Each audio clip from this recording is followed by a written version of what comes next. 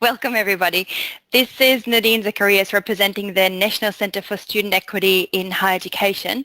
I'm your host for today's webinar. I'd also like to introduce Dr. Kathy Stone at Newcastle University and Professor Karen Nelson at the University of the Sunshine Coast, who are the co-presenters for today's webinar. First of all, I would like to do an acknowledgement of country, which is an interesting concept in a webinar situation because we are meeting all over the country. There are currently 23 of you in the session and counting.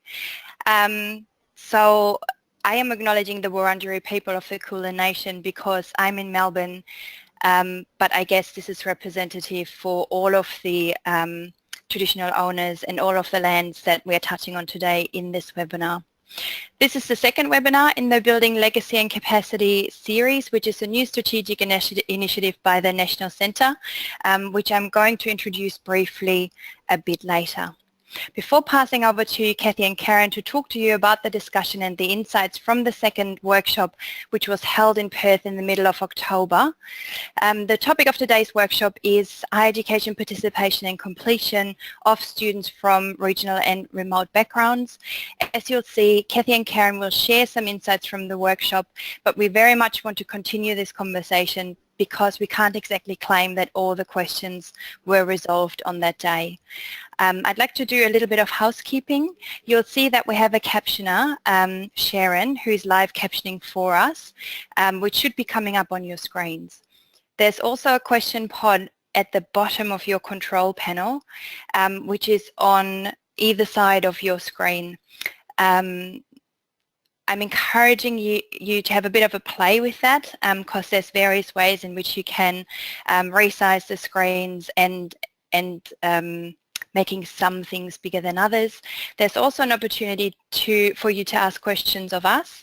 There's a drop-down menu towards the bottom of the control panel where you can leave your questions and they will come through to us during the session so we can deal with any questions from your end. There's also the opportunity, if the technology doesn't work for you, to get in touch with Jane, who's supporting us during this webinar. And the email address there is admin@atsed.edu.au in case you have any technical glitches. We are planning to present for 30 to 40 minutes and then open up for a bit of a discussion. And last time the technology worked really well for us, so we are building on that and counting on that. I'm going to launch into it and start with a bit of an introduction to the Building Legacy and Capacity Workshop series. And if my slides work, here we are.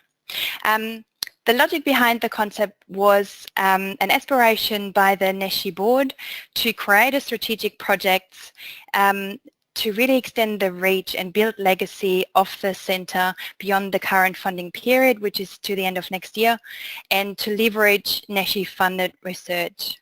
Some great studies, as many of you would be aware, have been published, including in this space around supporting students from regional and remote areas, both at university and before they get there. And we were looking for ways to work with this research and also to deepen some of the insights that were generated during a NESHI forum late last year and a conversation session that we called the 10 Conversations. And there were some really useful recommendations that came out of that, and we wanted to work a bit more with that.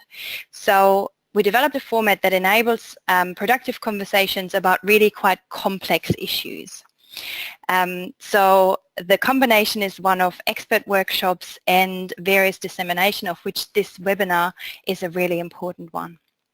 The objectives of the workshops, and this workshop took place on the 17th of October, was to define a collective knowledge base informed by research and practice, to engage in strategic and action planning to guide institutional practice and future research, and develop evidence-based policy advice. Okay, the workshops, each of the workshops are structured around 6 high-level questions that framed the group discussion. And I won't step through those in great details, but it was really about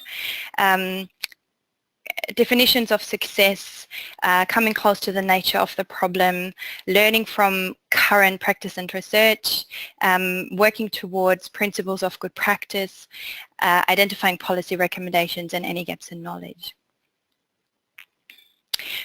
As I said, the approach is to combine expert workshops with multimodal dissemination. So each of the workshops, the first one had 9 subject matter experts, this one he had 12, which approached the topic from different perspectives. So we have around the same table researchers, equity practitioners, policymakers and community partners. And the challenge that we throw out to them is to advance a national conversation at this intersection of equity research, practice and policy for the benefit of the sector, so that we can share this really widely. So the dissemination includes today's webinar. We're working on a publication that extends the pre-reading document that you received as part of the package. Importantly, a good practice guide and recommendations for policy and research. We're also working with a professional illustrator to graphically depict the findings, and we'll present during a workshop at the upcoming EFIA conference. Okay, so that is it for opening comments, and I'll now pass over to Kathy to take us into the content and findings and insights from the workshop. Over to you, Kathy. Thanks, Nadine. Hello, everybody. I'm Kathy Stone, and if the next slide moves on, then I can start to talk. I think, okay, so well, in terms of the workshop, so one of the things we did at this particular workshop was very much look at what is the problem, what's the nature of the problem. And really the discussion centred around the structural, institutional and policy challenges that do impact on participation and completion outcomes of students from regional and remote areas. One of the things that we talked about was the fact that institutional and student characteristics that are associated with higher attrition rates in fact reflect the characteristics and demographic profile of regional universities, and that came out in the Higher Education Standards panel discussion paper.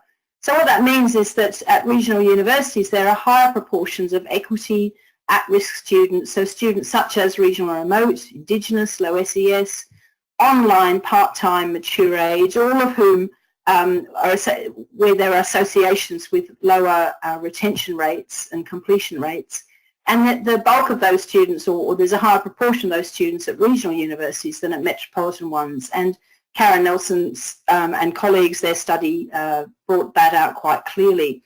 So in fact we could say, and Karen does say, that regional institutions in fact are doing the heavy lifting in attracting students from regional and remote backgrounds to higher education and graduating them. However, there is also evidence that there's an increasing flow of regional and remote students to metropolitan universities, and Bully Kardak and colleagues' study showed that. There's a couple of things involved in that we discussed in terms of it tends to be the relatively more privileged students from regional remote areas who can get to metropolitan universities. Their families need to have the money for them to live away from home, or they perhaps are more academically able and they've got scholarships. So it's only a proportion of regional remote students who have that opportunity, and as I say, often it's the more privileged. But the other issue is that if there's an increasing flow of students from regional remote areas to metropolitan areas to study, we then are looking at a depletion of that human capital from the regions. So, you know, that's a bit of an issue that we need to think about as well. Next slide. Okay. There we go. So we talked quite a bit at the workshop about the capacity of regional universities to, well, do some really crucial things, which is managing those critical first encounters and expectations of students, addressing the very diverse and complex needs of students, and of course building that sense of belonging that's so important. So this is, as I said before, that this is falling on regional universities more strongly than metropolitan ones. So they need to have the capacity to be able to do this. And of course, they're trying to do this within our massified system and with often very tight budgets. So this is quite challenging. My study in terms of looking at outcomes for online students and support services for online students and so on showed that technology provides that opportunity to overcome the geographical limitations and to create supportive online spaces. But there are real constraints with online study of isolation, connectivity, digital literacy, and of course learning design is an all-important factor in online learning. So students from regional remote areas are increasingly studying online, but they are facing challenges within that, and unless it's done really, really well, then it can just create more problems. So we have a bit of a policy dilemma, I guess, in terms of how do we offer choice for students so that we can maximise the number of students who are able to take up the opportunity of higher education, but at the same time, how do we meet the diversity of student needs?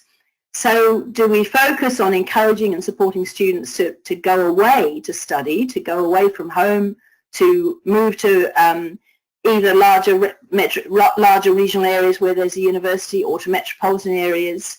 Or do we focus on delivering education locally, whether we do that online, on campus at regional campuses, which are often quite small and don't offer a lot of course choice? Then what's the place of study hubs, and perhaps do we need to look at a blended or hybrid model where a small campus can offer a broader range of courses by using more online? So there's all those issues to take into account that we were talking about. If we have the next slide, please. Okay, so the other issue is around just the basic challenges within regionality, and we know these are well established and structural in the way in which these challenges occur. So the obvious ones are distance and isolation, and of course the complexity of regional remote communities. They're not all the same. There's a lot of complexity within that space. Often the benchmark for the cost of delivery of services is urban, so not taking into account that in regional and remote areas it's much more costly to deliver services. And in many regional areas, especially outer regional and of course remote areas, there is that scarcity of supporting infrastructure, and that includes poor internet access despite the NBN, lower capacity to offer childcare, and of course public transport, which in many areas is just non-existent. Labour markets, there's fewer employment opportunities very often in regional and remote, particularly remote areas, and then we're looking at increased pressure on families in terms of finances, transport costs and so on. And often there's that lack of role models for higher education participation because of that intersection with the school system, where there's lower Year 12 completion rates, lower rates then of students going on to university. So overall, more students in regional areas are coming from families that are where they're first in family to go to university.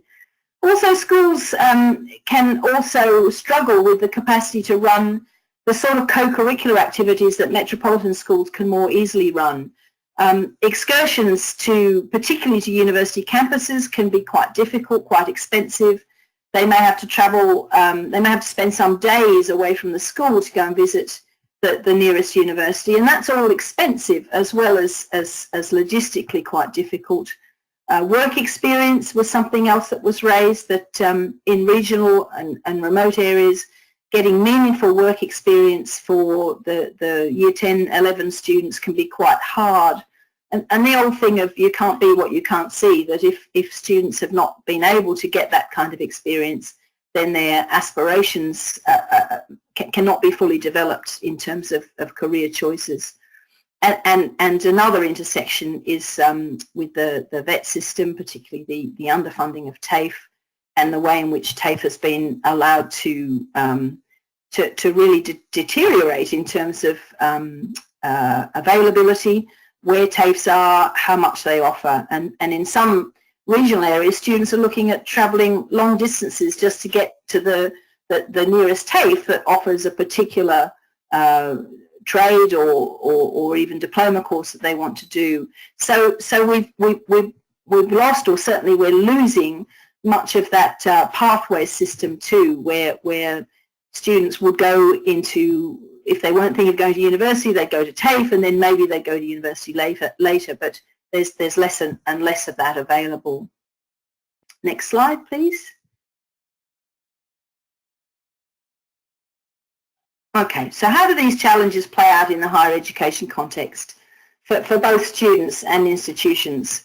So we're looking at students having to relocate or commute long distances if they're going to go away to a university, and of course the financial and emotional costs that are associated with that. So there are student and family debt implications. I guess, you know, there's the student fees debt, but on top of that, families are often looking at taking out more or getting into more debt to be able to afford for a child of theirs to go away, to live on campus or wherever. And of course, young people leaving home and community, that's a challenge for many, many young people, that loss of their sense of place or belonging, not necessarily wanting to go too far away from home, being a bit anxious about going to a city when they've always lived in a rural area. And that sense of isolation, of being too far away from where they're studying can really quite severely impact on student identity. We know that there are higher rates of online, part-time and mature age students studying from regional and remote areas, and that of course has implications for the funding needs of regional institutions, because these students tend to need more and different forms of support, because they have a lot of other challenges happening in their lives. And I mentioned the vet sector before. We're looking at a lack of pathways into higher ed, especially for early school leavers and adults. And so are universities then being required to or needing to bridge the gap left by the defunded vet sector? Another challenge. Next slide, please.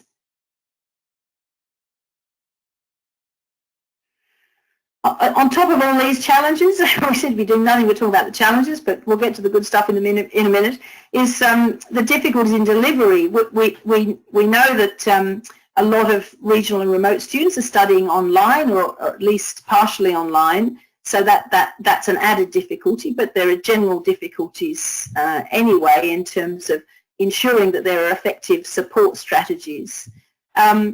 So we have the quality of teaching and learning and the student experience, which varies across different institutional levels and players. There are clear resourcing issues in terms of both resourcing in terms of finance and resourcing in terms of expertise, staff expertise. So we need to consider the capacity and capability of institutions to effectively address the needs of their cohort, and how to maintain that long-term commitment in the face of things like frequent restructures that we're all familiar with. Unfortunately, we tend to have a situation where there's competition with and between sectors, competition for funding and so on, and so every university is sort of marketing its own university.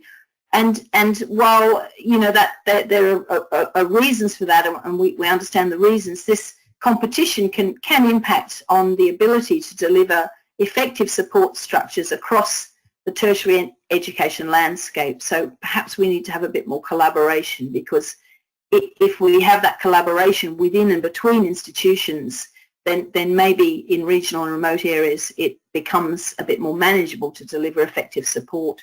So we need senior managers involved in that. We need academics, we need professional staff working together to say, well, how do we deliver the right kinds of support to students in regional and remote areas?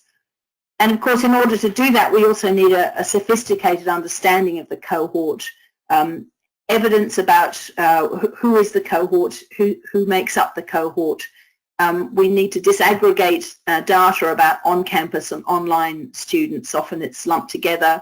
Many regional universities are not yet looking at the on-campus cohort separately from the online cohort in terms of its demographics and needs and so on.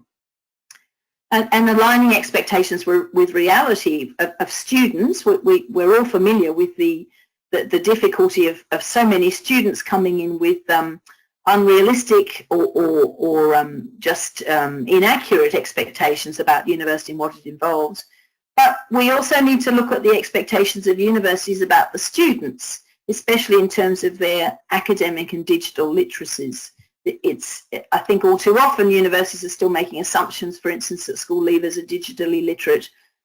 Students from regional remote areas, particularly with poor internet access, may not be digitally literate at all, and we all know that many new students need a lot more academic preparation they bring with them from school. And in terms of the growing numbers of online students studying both at regional universities and metropolitan universities and living in regional and remote areas, the on-campus first mindset is increasingly unhelpful. And I think that even it seems to be, in the research I did indicated that even when some regional universities who may have as many or more online students as on-campus students, it still seems to be the case that the on-campus experience is thought about first, and then, oh yes, and we need to think about the online students. So that's something that we really need to look at. How can that be changed so that there's not that online campus first mindset so much. We talked quite a bit in the workshop about how to define success, and I guess we came up with a fairly pragmatic definition, really, that we feel that we will have achieved success in terms of equity for regional remote students when there's parity in participation and completion rates for regional and remote students in higher education. So until there's parity, we don't have that equity. The rider to that is that because there's a higher representation of Indigenous students in regional remote areas, we need to be achieving above parity for this particular equity group, and that's part of the Closing the Gap agenda. That that's an area that needs to have particular focus. We will have achieved success when we have a situation where students can choose from a range of accessible university pathway options that might be in the community, including on campus, online, perhaps some sort of hybrid model of both, as I mentioned before, or they may choose to move away from home to university, and in order to do that, they have appropriate financial and emotional support.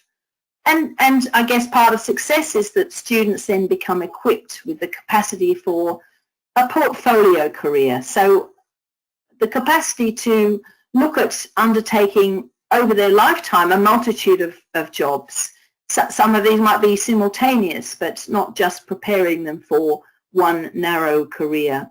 So that was the definition of success that we came up with in this subject area. Next slide, please. So if we then sort of split that up, the defining success across the student life cycle, we looked at what different points in the student life cycle can we say, okay, this would be a measure of success. So we look at the pre-access stage, so before students start at university, regional remote students, we would have achieved success when prospective students perceive higher education as an option to which they can aspire. And we all know, I think, that it's the case that many students don't see that as an option.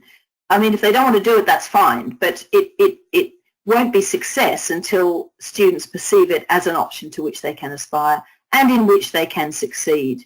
So it is a real option for them. If they choose not to do it, that's fine, but it needs to be a real option for them.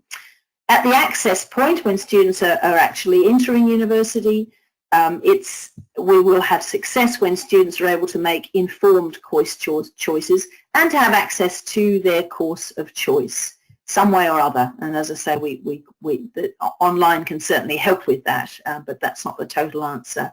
At the transition phase, when they're entering and getting used to university, and through those early months and year or so, school leavers can successfully make the transition to independent learning and life. So for school leavers, that first year at university or those early months is that transition really to being much more independent and moving away from a more structured system where they're basically told what to do and when to do it, but to make those adult decisions. For mature age students, this transition is successful if they're are career and personal transformations for mature age students. And I think we're all familiar with mature age students who initially decide to study simply for a career reason, and then they find in the process that there's an enormous personal transformation that they just didn't expect. In terms of ongoing participation, success means course progression. If they leave well, in the sense of this is their decision to leave for what they feel are good reasons. It's a positive. It's not entirely a negative experience for them, but there are positives in that, and they know they can re-engage. And when they do re-engage, they're supported with that, and opportunities are created for them to re-engage. And of course, completion. That means graduation, completing their course of study, realising their vocational destinations, and continuing to further study as desired, as many students increasingly are doing. So that was how we sort of broke up that defining success across the student life cycle. And when there's time for questions, I'll be interested to hear what your thoughts are about that. So I think I've got one more slide. One more slide. How are we going with the slides? Here we go. Measuring this success. These are just some questions really that we threw around. Do we need to look at the metrics we're using? Are the current metrics fit for purpose? Is there other data we should be collecting? What else should we be measuring? What are we benchmarking against? Against one university over time, or one university against others, or institutions generally versus the sector? And do we measure enrolment progression of different cohorts across different status institutions and courses the same or differently? What sort of cost-benefit analyses do we need to be conducting? And what about the wider benefits of higher education, the short and the long-term outcomes? There may be benefits for a student who doesn't even complete. Are we looking at those at all? And what about first year out, after first year graduated compared to 5-10 years graduated? What are those outcomes?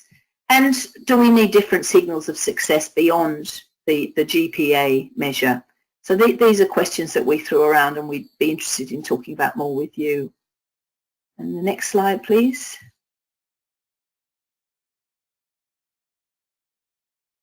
Okay, we talked about good practice principles. What is good practice in terms of effective institutional support? Well, it needs to be early and just in time. I think we all know that if it's not just in time, if it's just sitting there waiting, then students don't access it. So we need to get them early, and we need to make sure that support is there at the time they need it. People rich, in that sense, just lots of connection. It's about connecting with people, with different members of staff, not just the teaching staff, but other staff as well. So it's collaborative. And one thing that's really important, we felt that whatever support is offered, it's support that values, explicitly values regionality, so that these students are not feeling that in any way they're less than or different from. It needs to be whole of curriculum, inclusive, embedded support, so that it can anticipate and remove barriers, so that the support is there within the curriculum, embedded in the curriculum. The universal cohort approach, we need to then have that understanding of the cohort, as I talked about before. Place-based solutions. It's about building students' capacity, their digital, their academic literacies, their cultural capital, and of course to keep it success-focused, where the organisational structure recognises and rewards not just the success of the individual students, but the success of programs being run within its institutions that are in fact making a difference. And in order to do that, any sorts of program strategies like this need to be comprehensively evaluated. So we can then, so the staff running them can then have the opportunity to reflect on them, to improve the practice and get into that continuous improvement cycle. Next slide, please. Okay, this is my last one. These are the good practice case studies that were we talked about, that were presented for the workshop, and you have copies of them in your reading material. So just a couple of examples of strategic approaches where a whole of institution approach has been taken to not only attracting but supporting regional and remote students. So the University of Wollongong, with its multi-campus approach and its outreach support, James Cook, the same, very much multi-campus university in some very remote areas, and providing embedded support in many different ways for its students. The University of Newcastle, same kind of thing of reaching out to regional schools and so on, and all these universities having schools programs, visiting schools and so on. University of Wollongong with its early entry program, which is hugely successful with regional schools as well. Enabling programs are terribly important, and to have open access enabling programs is a significant way of equipping students with the capacity to then be successful students at an undergraduate level. So in terms of open access enabling programs, a couple of examples are the UTAS's program and the University of Newcastle's Open Foundation program. Both of these are offered in a multi-campus way and also online, so that again their reach can be more significant. Southern Cross University has been doing a lot of work with transitioning online students, in particular with their Connect and Prepare program, so that online students, the isolation for these online students can be diminished to a certain extent. And the University of New England, with its very comprehensive learning analytics program, learning analytics strategy, is providing services for students by predictive modelling and targeting students who appear to be at risk through that, and many different ways of reaching out to students so that they can capture them before there are problems. And then the National Priorities Pool funding, where there are 5 projects worth more than $750,000 in that participation and completion of regional and remote students area. So that is some substantial funding going into that.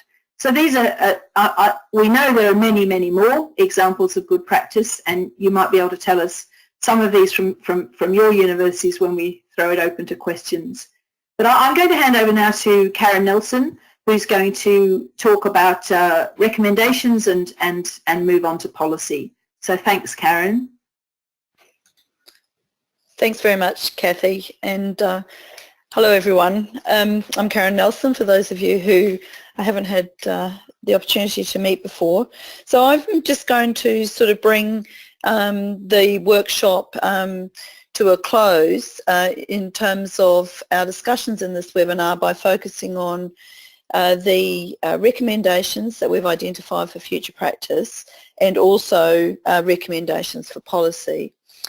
It's probably fair to say that we have a lot of opportunity within our control, within our practice control, within our functional areas of our institutions, and they're part of our day-to-day responsibilities.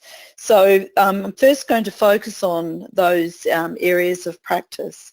So certainly rethinking curriculum design. So the way that we design curriculum, are we designing it for a highly diverse student population, particularly given what we know about our students and their complex lives with multiple responsibilities? Is our traditional academic calendar of 12 or 13 weeks over 2 major semesters a year, is that the best possible way we've got for offering not only our undergraduate programs but opportunities for students to engage in studies at times when it suits them and for the duration that suits them? And that certainly relates to our next point there around the duration of courses. Is it reasonable to expect part-time students can remain engaged over a 6-year period to complete a degree, or should we be offering smaller chunks of study that are transferable and deliberately setting up those opportunities for students to transfer between institutions in particular, when those institutions perhaps offer more local opportunities, or opportunities for engaging in programs that may not be available locally to those students. So I think that when we're thinking about curriculum design, when we're thinking about our administrative structures for offering those programs and the duration of those courses or programs, then I think that's something that we can be more deliberate about. I think fundamental to the way we design and offer learning opportunities is not starting with an assumption that regional and remote students are always or can be on campus. So if we start with an assumption that, if you like, attendance and particularly physical attendance in a synchronous mode is essential for learning, then we're automatically disadvantaging many of our students from attending and participating in that learning and having the same quality of learning experience. So some of these recommendations really challenge the way we think and the way we approach the design and construction of our learning environments. So how do we extend then that concept to some of those co-curricular services? So what does peer mentoring or peer learning advising look like if we're to transfer that to an online environment? And what does it look like in a synchronous environment compared with an asynchronous environment? How do things like paths, which are led by student learning facilitators, what does that look like if we were to transfer that to an online or out of hours, shall we say, learning context? I'm also very interested in the opportunities to provide learning support for our students, or support for learning as I prefer to call it, when, if you like, outside normal business hours. So most of you will be aware that teaching in most of our institutions, whether that be online or face-to-face, it does cover a very broad range of hours. But the same sorts of support services aren't necessarily available. So if we were to be in a much more dynamic and student learning centred environment, the ability to provide academic skills, careers development learning opportunities in that same sort of mode as we're providing learning is something we can talk about. Financial concerns are an ongoing challenge for regional and remote students, and I think in particular one of those challenges comes when students have to go on placement that extends their, if you like, learning time block over and above what they would normally have to do in directed learning activities. And so that time block actually, when it extends into those other realms of students' lives, the realms where they're having to work to live, the realms where they have caring responsibilities, the realms that it actually, the time that it takes to travel if they're travelling physically onto campus or between work placements and home. So thinking about how we can relieve that financial burden through perhaps offering intensive opportunities for our students, and also ensuring that regional and remote students have the opportunity to be outwardly mobile and take up opportunities for overseas study. Often those constraints, those structural constraints of distance, time and affordability that Kathy raised earlier about the challenges that face regional and remote students hamper our students who are in these regional areas taking up those opportunities that perhaps metropolitan students are more able to take up just because of the context. So I'll move on to the second set of recommendations for future practice now, and that's the first one of those. I'm just waiting, there it comes, the slides. The access to co-curricular opportunities, and the University of New England does have a very wonderful program where students are able to learn in their local community, but in particular augment their formal learning through opportunities for credit that are available in the local community. I think that's one of our really beautiful good practice examples. We really need ways of making our regional and remote cohort visible. So most dominant in the sector is a view of students who are young, full-time, living at home, and within easy access. So, public transport facilities have access to high-speed bandwidth, internet, and almost all of those students having really close distance relationship to their university. And so we need a way of making the alternate students and those personas of our regional students visible in a way that starts to break down those assumptions about what a university student looks like. I think the more we can engage our students as co-creators, it gives our students in regional and remote students in particular the opportunity to bring their strengths, their expertise, their views, their challenges into the creation of our learning opportunities, and into curriculum design, into how learning support or support for learning is offered in alternate time spaces. One of the big opportunities I think we have for future practice is to think about how we can use existing infrastructure that exists in regional and remote areas, and often there isn't much, but what there is often are schools and public libraries, and how can we harness those facilities as ways of increasing the access through internet provision, increasing the social opportunities for our students to come together and learn at times and in places that are close to where they are. So I'm going to move now to recommendations for policy, and there'll be three slides. The first two slides really focus on if the current reform bill is passed by the Senate, and most of you will be aware that a couple of weeks ago the Senate declined to pass this bill.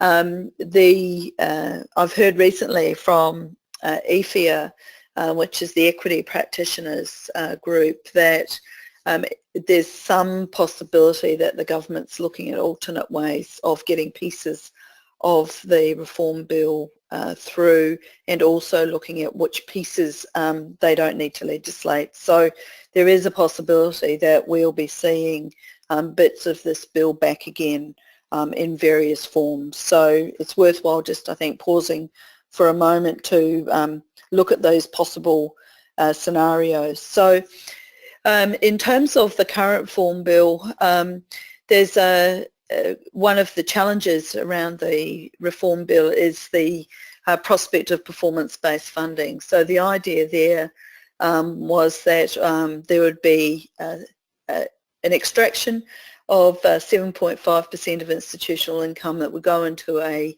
centralised pool and then be redistributed to institutions based on their performance, most likely around retention rates / attrition rates.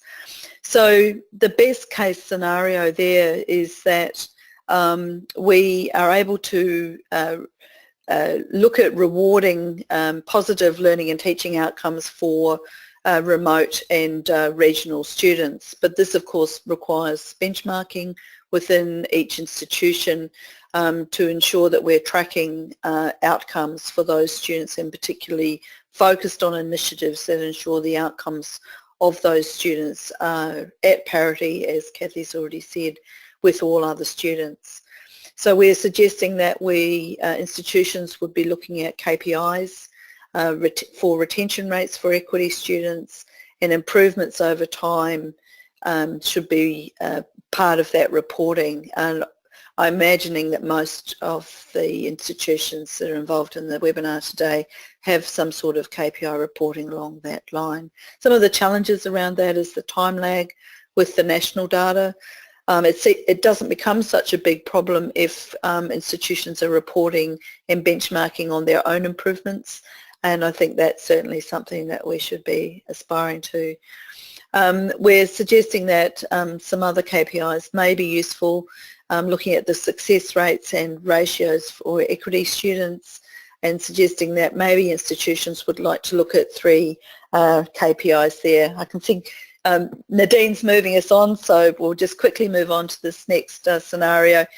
Are we moving on, Nadine, to the next slide, please? Thank you. There's such a lag with the slides. My apologies. That's okay. And now it doesn't want to move at all. Here we are. There we go. So one of the things I've mentioned on the previous slides is around using infrastructure. And so this slide really just sums up some of those recommendations for policy. And there's certainly a little bit of work going on in the sector at the moment, led by USQ under an MPP project to look at the use of public libraries in small communities as a way of providing that very close to learner support, and in both rich support, but also high-speed internet bandwidth. So I think we can move on from that to the next slide, which looks at a second scenario, and that would be if the current reform bill isn't passed. And I think at the time when we were putting these slides together, it wasn't quite clear whether the bill would go through at all or not. And certainly this idea of sort of chopping it up into component parts has been on the cards for quite a while. And I think some of these recommendations here sort of fit within that more segmented view of perhaps response. So we certainly think that there's an opportunity for those within our institutions who negotiate institutional funding agreements to negotiate additional funding support for regional and remote students.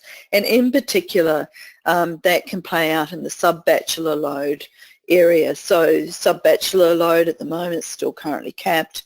We think the opportunity to offer smaller chunks of learning, both as entry pathways and as exit pathways, absolutely critical to provide regional and remote students with complex lives the opportunity to leave with a transferable qualification rather than leave after with a debt and an incomplete qualification.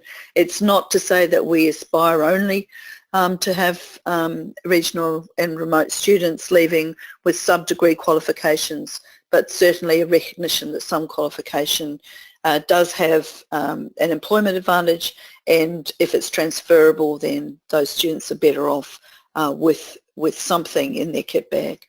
Certainly income support is a problem. Finances continue to be one of those challenges, and if there's any influence that we can provide, the income support for regional and remote students is critical. We certainly would like to see a different sort of arrangement happening between VET and higher education, and the ability for students to move seamlessly between those two sectors, I think is certainly would be an advantage, both from VET to higher education and higher education to VET. We think it would be useful, instead of taking some savings, the 7.5%, to look at a positive approach, and that is reinstate the Learning and Teaching Performance Fund, perhaps linked to the QUILT outcomes. A lot of you will know that regional universities as a whole do differently, but also particularly well in providing high quality student learning and high quality student experience outcomes, and we'd like to see that. We think that recognising that would have a positive outcome. I think one of the benefits of a webinar like this and the workshops that led up to it is that it does provide a platform for sharing effective practice, and I think some attention in the policy sector around how we would continue with that platform for sharing practice is incredibly important, and the National Centre, of course, are providing that role in the absence of a national learning and teaching body. We really would like to see the Educational Investment Fund repurposed, I suppose, rather than to the disability insurance scheme, but to invest in connectivity and bandwidth. It's really a utility for regional areas, and some investment in that utility would be beneficial not only to learning and teaching in universities, but to those regional economies. Cross-sector collaboration, I think I've mentioned that already in terms of VET, but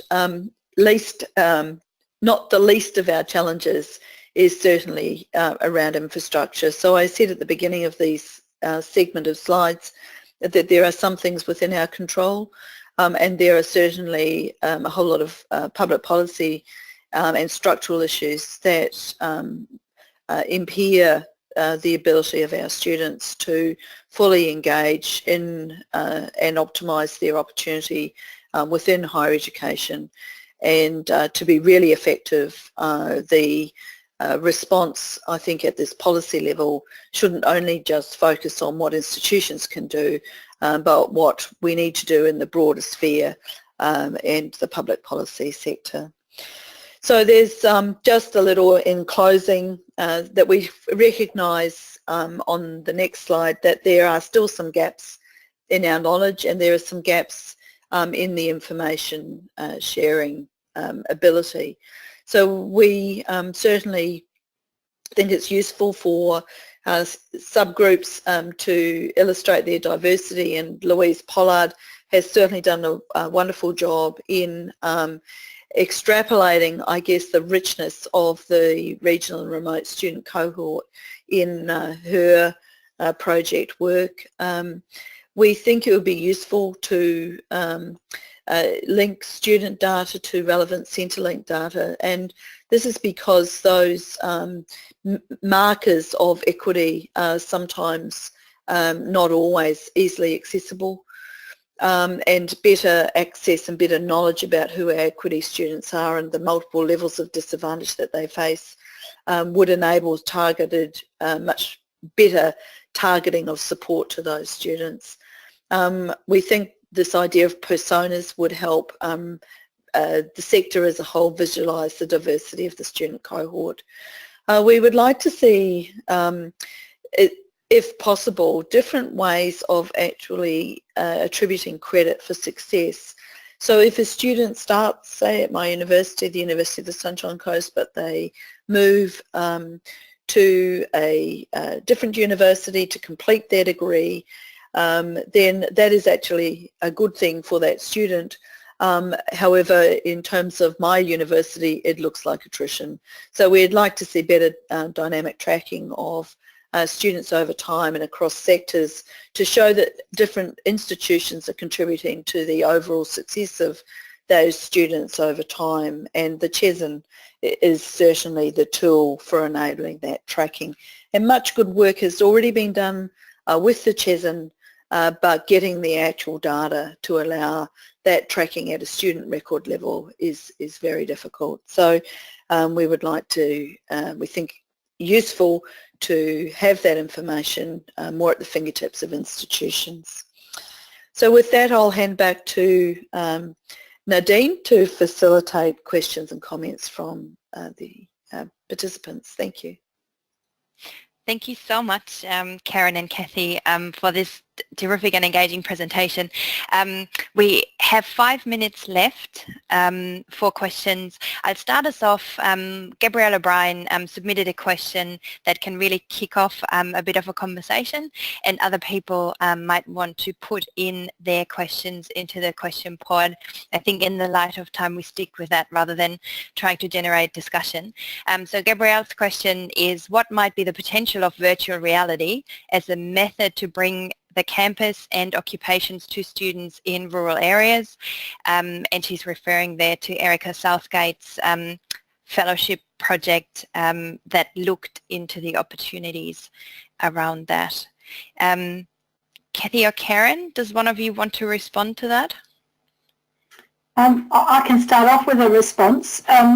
I think that there is great potential for that, and in fact the University of Wollongong has been doing some work in that as part of the AIM program, where they developed some software where they could go out to sort of regional and remote areas where they had external students and take them through this very engaging sort of on-campus orientation remotely, and then they were and then students can log on to it from all different areas. I think that it does have potential. I know Erica has done a lot of work in this area of virtual reality. I think that anything that helps to reduce that sense of isolation and increase the sense of belonging to a university campus is great. Of course, the drawback is the need, the digital needs, the bandwidth required and the good internet and those sorts of things. So I suppose I'm a great believer in having a multiple approach to encouraging a sense of belonging for distance or online students, and that certainly is one way. And I think we need to look at lots of tools to help students feel that sense of belonging. I might just add to that. Yes, sorry, Nadine. I might just add to that and say I agree with Kathy wholeheartedly that we need a range of tools in our kit bag. And one of the disadvantages of a VR is that it's a highly personal and individual experience, whereas learning we know is social and it's collaborative. But I do think it has a place. But I'd like to think of that place as being somewhere on a spectrum of all sorts of visualization and simulation activities, from what might be proxies for real-world experience through to an individual, through to group-based simulation activities, which may or may not be technology-mediated. Yeah, terrific. I got another question, and we'll make that the final one. TAFE New South Wales, this is from Anne Bowden. TAFE New South Wales are investing in mobile training units, or MTUs, to provide real learning environments for regional remote students. In my experience, it has been very useful to break down a learning program into practical learning tasks and other learning tasks which may not need practical products for learning. So it's a comment more than a question. Does either one, Kathy or Karen, want to respond to Anne's comment? Are you aware of the mobile training units?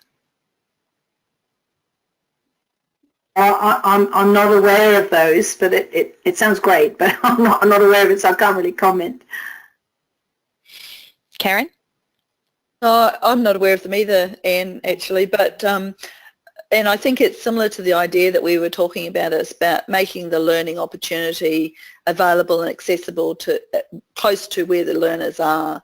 Whether the training unit, could have a form that is suitable for higher education is interesting. I certainly know that Charles Darwin University uses a similar sort of approach, but I think mostly with their VET programs. But it's all part of the spectrum, I think, of opportunities that we should explore if we're serious about having a higher education system and participants in it that are from our regional and remote areas at the same rates as from our metropolitan areas.